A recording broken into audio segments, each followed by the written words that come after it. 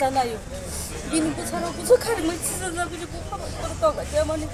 뭐 말게 동나 봉동 오바 있는 거. 그래 그거 뭐 진짜. 아가 비니 봐.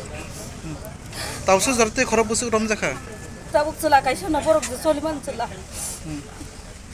Tabuk चलानो सिमदा फासि वादार सानना गुरै बो हो हायकेन करन नंथं बिरगो सानासों माया गुरै हामला गै कायदक लाई बरफ ताइ बं संजर बेले के नाय थक बरफ जे वा हायदे खायनानि वान सबै खमाया सकबा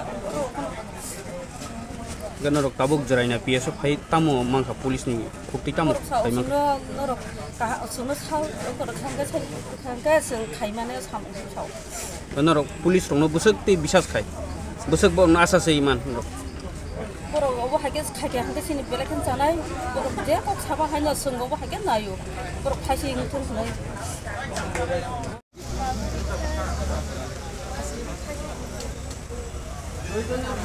ভোরবেলায় একটা মার্ডার হয়েছিল ভদ্রমিষ্টি পাড়াতে জিরানিয়া থানায়।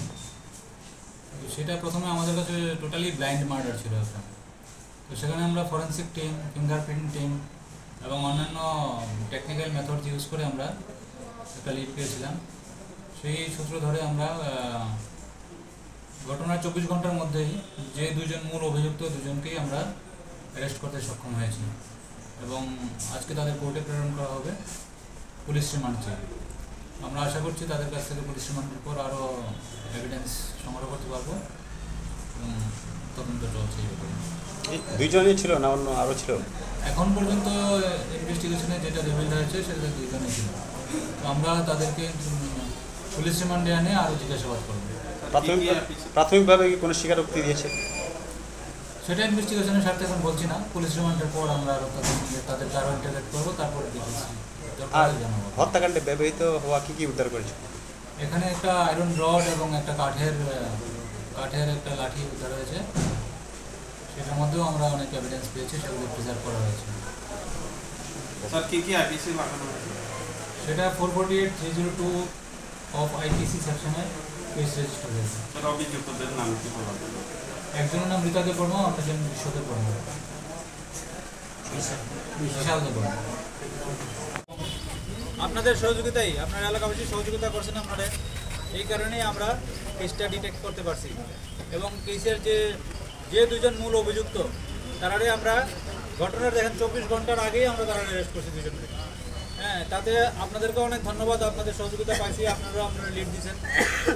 এখন একটা মার্ডার হয়েছে, এটা সর্বোচ্চ সাজা হওয়া দরকার। তো সাক্ষী টাক্ষী দিতে গিয়ে এলাকাবাসী আমরা কালকে যারা অনেকেই নাম লিখছি, আমরা আবার আরও লোকের সঙ্গে কথা কমো। আপনারা আমাদের সহযোগিতা করেন, আমরা কথা দিতেছি সে যাতে যাবজ্জীবন সাজাপ্রাপ্ত হয় সেই ব্যবস্থা আমরা করে দেবো, কিন্তু আমাদের পাশে থাকতে রাখবো। ঠিক আছে? সে যাতে বিচার পায়, তার পরিবারের লোক, তার বাচ্চারা যাতে বিচার পায় সেই ব্যবস্থা আমরা করে দেবো। আপনারা ফাঁসি দেওয়া দরকার, ওই তো এটা তো সর্বোচ্চ সাজা হওয়া দরকার, সর্বোচ্চ সাজা ওরা ফাঁসি দেওয়া দরকার, সহযোগিতা লাগবে। ঠিক আছে? এটা তো এখন যেভাবে এক লোক আইছে যে কষ্ট কইরা মারছে তারে ফাঁসি দেওয়া দরকার। অবশ্যই আমরাও